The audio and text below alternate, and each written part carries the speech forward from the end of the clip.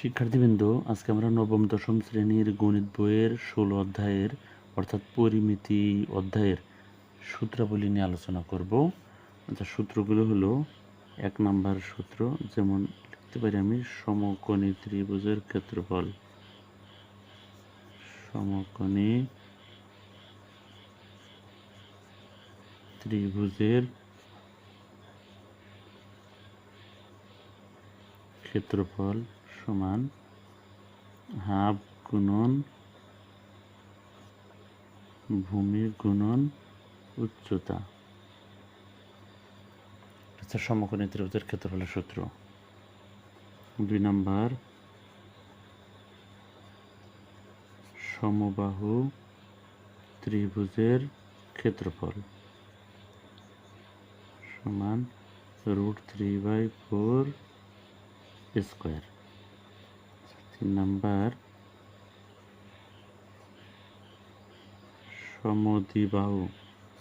সমদ্বিবাহু ত্রিভুজের ক্ষেত্রফল b/4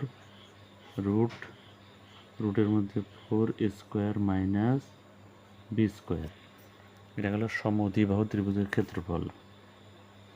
4 number, বিষমবাহু ত্রিভুজের ক্ষেত্রফল রুটের মধ্যে s into s minus a s minus b s minus c। অর্থাৎ একটা ত্রিভুজের যদি 3 বাহুর দৈর্ঘ্য জানা থাকে এবং সেই ত্রিভুজটা যদি বিষমবাহু ত্রিভুজ হয়, অর্থাৎ ত্রিভুজের 3 বাহুর দৈর্ঘ্য জানা থাকলে সেই ত্রিভুজের ক্ষেত্রফল সূত্র রুটের মধ্যে s into s minus a into s minus b into s minus c। এই এস বলতে অর্ধ পরিসীমা বোঝায়, অর্থাৎ ত্রিভুজের পরিসীমার অর্ধেক এস, আর এ একটা বাহু, বি একটা বাহু এবং সি একটা বাহু। এটা হচ্ছে বিষমবাহু ত্রিভুজের ক্ষেত্রফলের সূত্র। আচ্ছা, তারপরে 5 নাম্বার। আচ্ছা, এখন আমরা লিখতে পারি সমবাহু ত্রিভুজের পরিসীমা।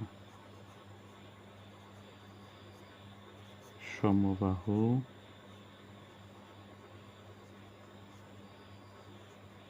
ত্রিভুজের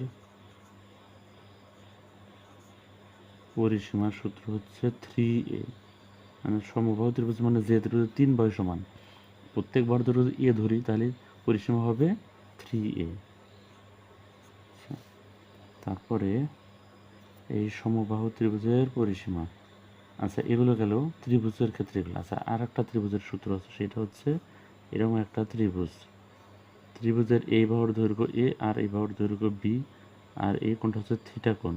অর্থাৎ এই বাহুর দৈর্ঘ্য দেওয়া আছে, এই বাহুর দৈর্ঘ্য দেওয়া আছে, আর এই দুই বাহুর অন্তর্ভুক্ত কোণের মান দেওয়া আছে। তাহলে সেই ত্রিভুজের ক্ষেত্রফল কেমন হবে? ত্রিভুজের ক্ষেত্রফলের সূত্র হবে হচ্ছে half A B sine theta, অর্থাৎ হাফ গুণন এ একটা বাহু বি একটা বাহু। এ বাহুর দৈর্ঘ্য বি বাহুর দৈর্ঘ্য, অর্থাৎ 2, এটা যদি 2 হয় এটা 3 হইলো, তাহলে 2 গুণন 3। আর সাইন থিটার মধ্যে 30 ডিগ্রি হয়, তাহলে সাইন 30 ডিগ্রি। তাহলে এরকম একটা সূত্র। আচ্ছা, 7 নাম্বার, এখন ত্রিভুজ সম্পর্কিত সূত্র এগুলোই। এবার আয়তক্ষেত্রের ক্ষেত্রফল। চতুর্ভুজে চলে আসলাম। এখন আয়তক্ষেত্রের ক্ষেত্রফল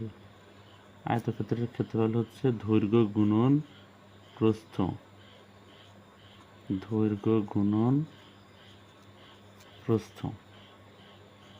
8 নাম্বার, আয়তক্ষেত্রের পরিসীমা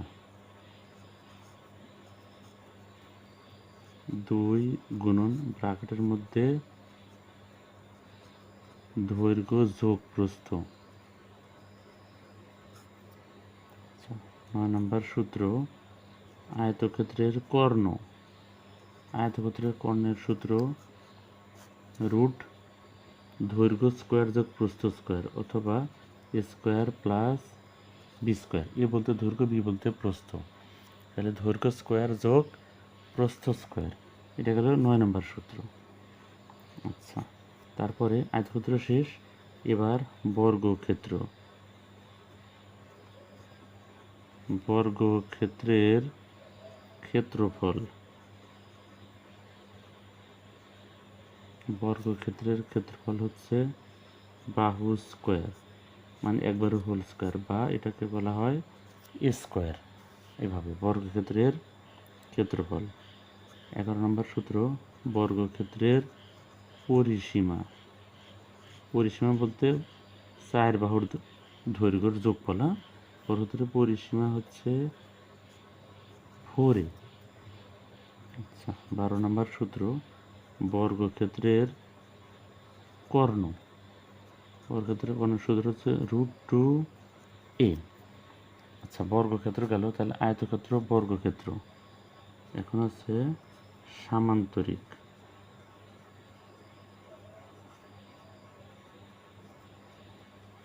সামান্তরিকের ক্ষেত্রফল।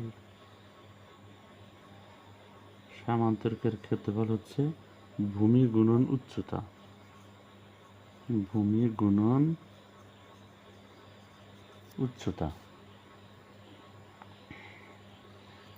14 নম্বর, সামান্তরিকের ক্ষেত্রফল। সামান্তরিকের পরিসীমা যা, আয়তক্ষেত্রের পরিসীমাও তাই, একই রকম করে লিখতে হবে। আচ্ছা, ওটা লিখলাম না আমি। এখন আছে সামান্তরিকের পরে আছে রম্বস। রম্বসের ক্ষেত্রফল। রম্বসের ক্ষেত্রফল হচ্ছে হাফ গুণন কর্ণদ্বয়ের গুণফল, অথবা হাফ গুণন d1 গুণন d2, অথবা হাফ গুণন কর্ণদ্বয়ের গুণফল। এটা হচ্ছে রম্বসের ক্ষেত্রফল। তাহলে d1 বলতে একটা কর্ণ, আর d2 বলতে আরেকটা কর্ণ, অর্থাৎ হাফ গুণন কর্ণদ্বয়ের গুণফল। এখন 15 নম্বর সূত্র হচ্ছে রম্বসের পরিসীমা। তাহলে রম্বসের পরিসীমা আর এই যে বর্গক্ষেত্রের পরিসীমা একই। তাহলে রম্বসের পরিসীমা 4a, বর্গক্ষেত্রের পরিসীমাও 4a। 16 নম্বর, তাহলে রম্বসের ক্ষেত্রফল গেল, রম্বসের পরিসীমা গেল। তা রম্বস পরে কি আছে? আয়তক্ষেত্র, বর্গক্ষেত্র, সামান্তরিক, রম্বস। এখন হচ্ছে ট্রাপিজিয়াম।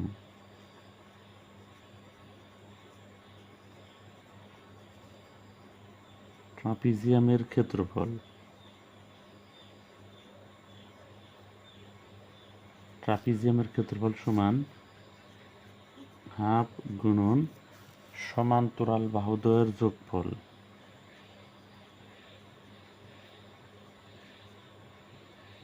সমান্তরাল বাহু দ্বয়ের যোগফল গুণন উচ্চতা। এটা হচ্ছে ট্রাপিজিয়ামের ক্ষেত্রফলের সূত্র। 17 নম্বর, তাহলে আয়তক্ষেত্র, বর্গক্ষেত্র, সামান্তরিক, রম্বস, ট্রাপিজিয়াম, এগুলো হলো 17 নম্বর। এখন লিখব হচ্ছে ঘনকের। ঘনকের ঘনকের সমগ্র পৃষ্ঠের ক্ষেত্রফল। সমগ্র পৃষ্ঠের ক্ষেত্রফল। ক্ষেত্রফল হচ্ছে 6a স্কোয়ার। আচ্ছা, ঘনক চেনো? ঘনকটা হচ্ছে একটা, অর্থাৎ আমরা লুডো খেলি যে লুডোর ছক্কা, লুডোর যে ছক্কা বলি যে আমরা, সেটা হচ্ছে ঘনক, যার 6টা পৃষ্ঠ থাকে এবং 6টা পৃষ্ঠের দৈর্ঘ্য এবং প্রস্থ বরাবর সমান। তাহলে এই জন্য ঘনকের সমগ্র পৃষ্ঠের ক্ষেত্রফল হচ্ছে 6a স্কোয়ার। আচ্ছা, 18 নম্বর সূত্র হচ্ছে ঘনকের কর্ণ। তাহলে ঘনকের কর্ণের সূত্র √3a। তারপর 19 নম্বর সূত্র, ঘনকের আয়তন। ঘনকের আয়তন হচ্ছে a³। মানে ঘনকের যেহেতু সব দিকে দৈর্ঘ্য, প্রস্থ, উচ্চতা সমান, এই জন্য a গুণন a গুণন a সমান এ কিউব, তাহলে ঘনকের আয়তন এ কিউব। আচ্ছা, তারপরে ঘনক শেষে আছে আয়তাকার ঘনবস্তু। তাহলে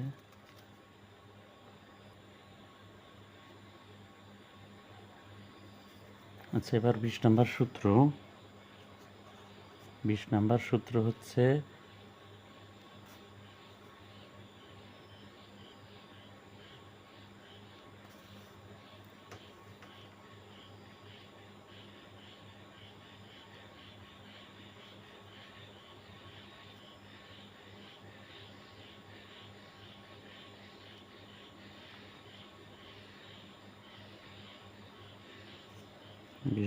সূত্র আয়তাকার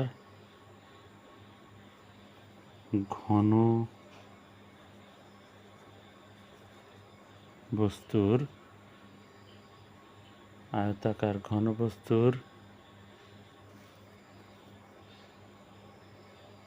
আয়তন। আয়তাকার ঘনবস্তুর আয়তন হচ্ছে এ গুণন বি গুণন সি, অথবা দৈর্ঘ্য গুণন প্রস্থ গুণন উচ্চতা। তারপরে 21 নম্বর সূত্র।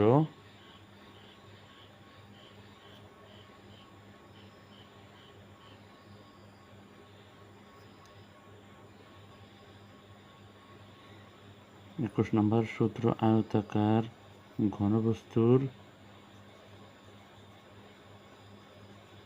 সমগ্র পৃষ্ঠের ক্ষেত্রফল। আয়তাকার ঘনবস্তুর সমগ্র পৃষ্ঠের ক্ষেত্রফল হচ্ছে 2 গুণন A B plus BC plus C. এটা হচ্ছে সমগ্র পৃষ্ঠের ক্ষেত্রফল সূত্র, 2 into A B plus BC plus C. 22 number সূত্র আয়তাকার ঘনবস্তুর কর্ণ। আয়তাকার ঘনবস্তুর কর্ণের সূত্র হচ্ছে root A square plus B square plus C square. আচ্ছা, আয়তাকার ঘনবস্তুর গেল। এখন 23 নম্বর সূত্র। 23 নম্বর সূত্র হচ্ছে বেলুন অথবা সিলিন্ডার। বেলুন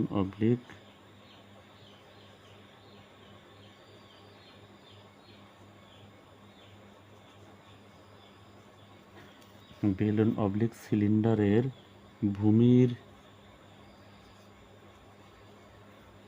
ভূমির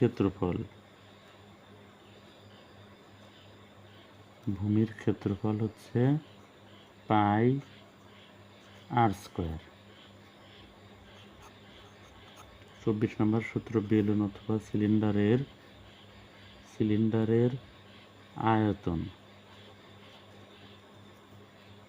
আয়তন পাই আর স্কোয়ার এইচ।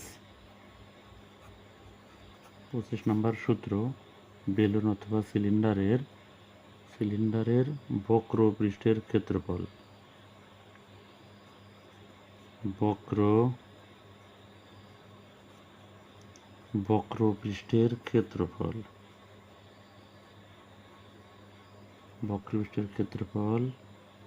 2 পাই আর এইচ।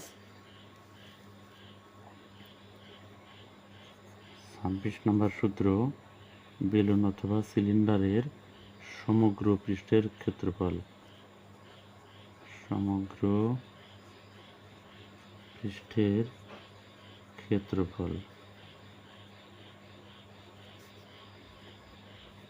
2 পাই আর ইন্টু আর প্লাস এইচ। আচ্ছা, এটা বেলুন অথবা সিলিন্ডার, অর্থাৎ গোলাকার যে কোনো যেমন ড্রাম, আবার লোহার পাইপ, এগুলো হচ্ছে বেলুন অথবা সিলিন্ডার। 27 নম্বর সূত্র হচ্ছে বৃত্তের ক্ষেত্রফল।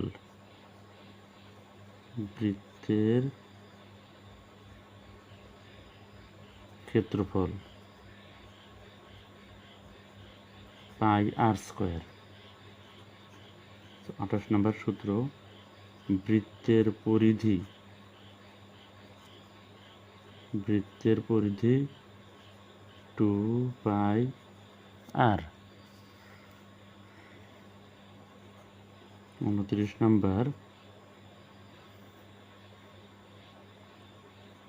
বৃত্তাংশের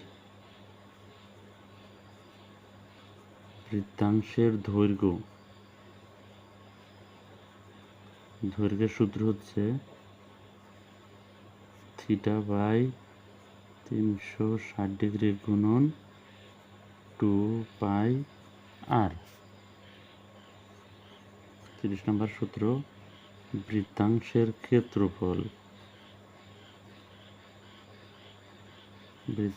ক্ষেত্রফল হচ্ছে থিটা বাই 360 ডিগ্রি গুণন পাই আর স্কোয়ার। 31 নম্বর সূত্র, অর্ধবৃত্তের ক্ষেত্রফল